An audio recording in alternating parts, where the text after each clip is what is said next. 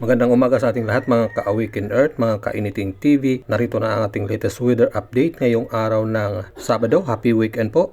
March 8, 2025, alas 11 ng umaga.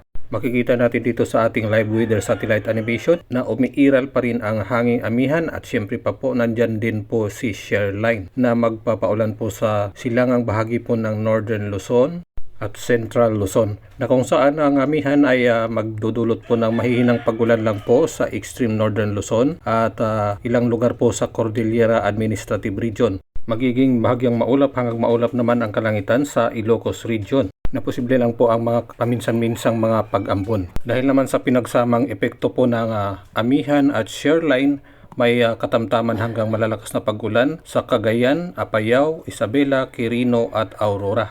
Mahihina hanggang katamtaman naman ng mga pag-ulan at minsan malalakas ang mararanasan sa Nueva Vizcaya at Kalinga. At mamayang hapon po, posible po makarating na po yung thunderstorms dyan sa may Zambales, Tarlac, Nueva Ecija, Pampanga, Bulacan, Rizal, Cavite, Laguna, Quezon. Maganda naman ang panahon sa Metro Manila, Bataan, Pampanga, Mimaropa, malaking bahagi ng Visayas at Mindanao. Maliban po sa mga lugar na ito na mayroon pong mga pagulan sa Sorsogon, Legazpi, Catbalogan, Borongan, Tacloban, Puerto Princesa at Southern Palawan, Hulu, Sulu.